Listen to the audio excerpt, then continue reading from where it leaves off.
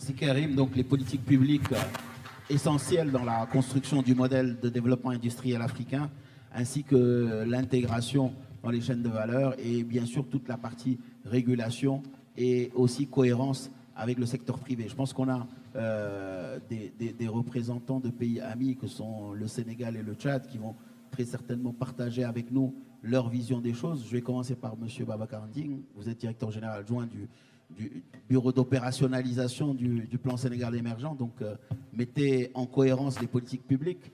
Donc, si vous pouvez nous parler de la stratégie industrielle du Sénégal, comment le Sénégal compte développer son nouveau modèle industriel et à ce stade, quels sont les enseignements que vous en tirez pour partager avec tous ceux qui sont là. Merci bien. Je me rejoins aussi aux félicitations des organisateurs pour organiser un thème aussi vital pour la marche du continent vers son affirmation économique. Effectivement, en fait, le Sénégal n'échappe pas à la règle. La question s'est posée. Je pense même avant de parler du cas sénégalais, il y a une phrase qui est importante que M. Zinsou a citée tout à l'heure en disant que pour un peuple, il était important la confiance en soi. Le Sénégal est un pays qui, pendant plus de 30 ans, 40 ans, faisait des plans, mais cherchait systématiquement à réduire la pauvreté. C'est la première fois dans l'histoire du Sénégal qu'il y a un plan qui cherche à dire finalement on ne cherche pas à réduire la pauvreté, on cherche à devenir un pays riche. Et je pense que ce changement de mindset est assez emblématique, symptomatique en fait de ce qui se passe actuellement, en fait, de cette aspiration de la jeunesse, des peuples, en fait, à un mieux vivre, à un avenir meilleur. Alors par rapport à ce mieux-être, d'être un pays riche, la question qui se posait c'est comment faire. Quand vous avez un pays où 95% de la population est dans l'informel, donc la population active, et que vous avez quasiment la moitié du PIB qui est généré par le secteur informel. Donc la réponse à ça, c'était l'industrialisation, pour 3 raisons. La première, vous l'avez dit tout à l'heure en introduction, il y a beaucoup d'investissements dans l'agriculture au Sénégal pour moderniser l'agriculture. Donc le corollaire, c'est qu'il y a des destructions d'emplois. Donc il faut trouver en fait l'occupation pour ces personnes. La deuxième raison, c'est l'industrie apparaît comme un levier puissant pour créer de l'emploi formel, donc pour en fait aussi formaliser l'économie. Juste quelques benchmarks. Quand vous prenez par exemple aujourd'hui Foxconn, qui est un géant de l'électronique, qui est taïwanais mais basé en Chine, en 2012, Foxconn comptait 1,3 million d'employés. Il n'y a que dans l'industrie que vous pouvez voir des chiffres pareils. 1,3 million d'employés, dont 1,2 million en Chine. Alors, dans le cas du Sénégal, l'idée c'est de dire, très bien, comment amorcer en fait cette dynamique d'industrialisation, ou plutôt de réindustrialisation, au vu de 3 facteurs ou avantages comparatifs qu'avait le pays. 1, sa population jeune et relativement bien éduquée. 2, sa position géographique, à côté des marchés européens et américains. 3e, la stabilité politique. Donc l'idée c'était de dire, très bien, on va capitaliser sur ces 3 choses. Stabilité politique, donc attirer de l'investissement privé étranger, des IDE, pour pouvoir investir massivement en fait dans l'industrie. Également, deuxièmement, utiliser la population jeune et assez bien formée, donc qui peut très vite monter en compétence sur en fait de nouveaux métiers pour pouvoir capter les délocalisations internationales. Je pense que vous êtes sans doute au courant. Aujourd'hui, la Chine prévoit de délocaliser près de 85 millions d'emplois dans le monde, parce que la Chine est en train de faire une transition, une deuxième transition, pour passer en fait d'une industrie intensive en main-d'œuvre vers une industrie intensive en capital. Et le 3e axe en fait de ce plan, c'est de dire utiliser le levier que le Sénégal a avec des accords avec l'Union européenne, les États-Unis, mais également la CEDEAO, pour pouvoir dire être une base de production et augmenter ses taux de transformation des produits agricoles. Donc la stratégie se limite finalement à 3 initiatives fortes et 2 réformes structurantes.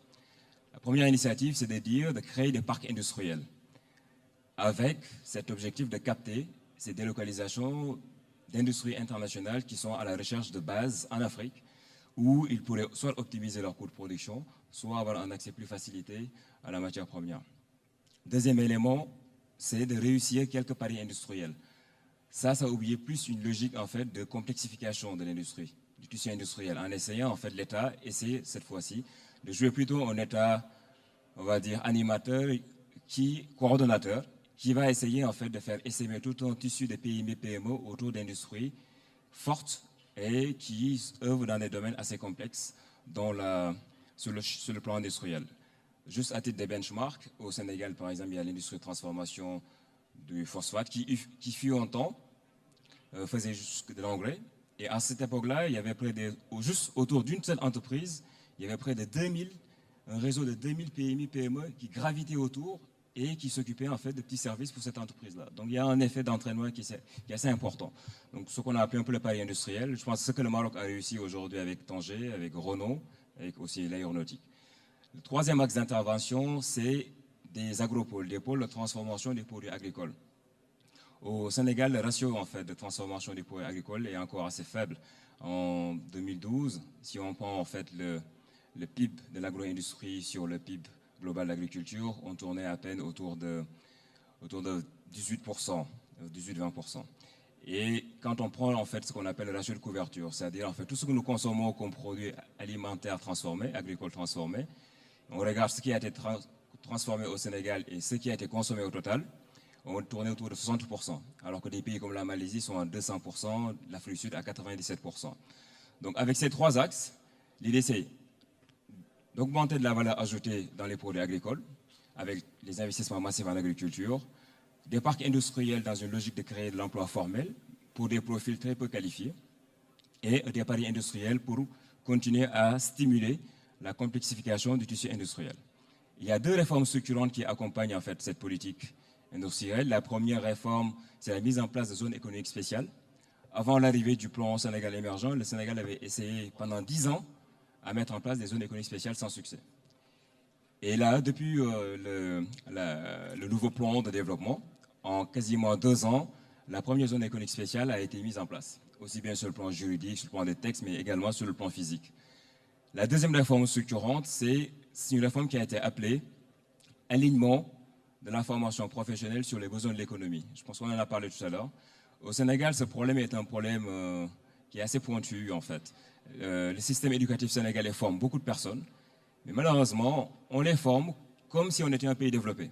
Donc, le système va former, en fait, beaucoup de personnes en marketing, dans le droit, des docteurs, dans plusieurs domaines.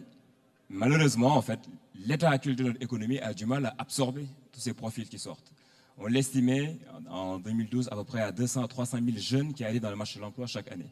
Et que les pays avaient des difficultés en fait, à créer autant d'emplois formels. Ce qui fait que finalement, il y en avait une grande partie en fait, de la jeunesse qui n'avait pas d'avenir dans leur propre pays.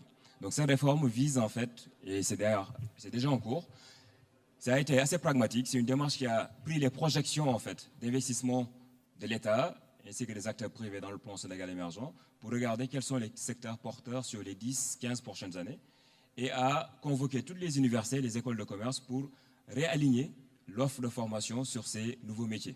Ça, c'est le premier élément. Et le deuxième élément, c'est des investissements assez importants de l'État dans la formation professionnelle, dans les métiers. Donc, avec ce qu'on a appelé des ISEP, ce sont des instituts de formation professionnelle, d'enseignement professionnel.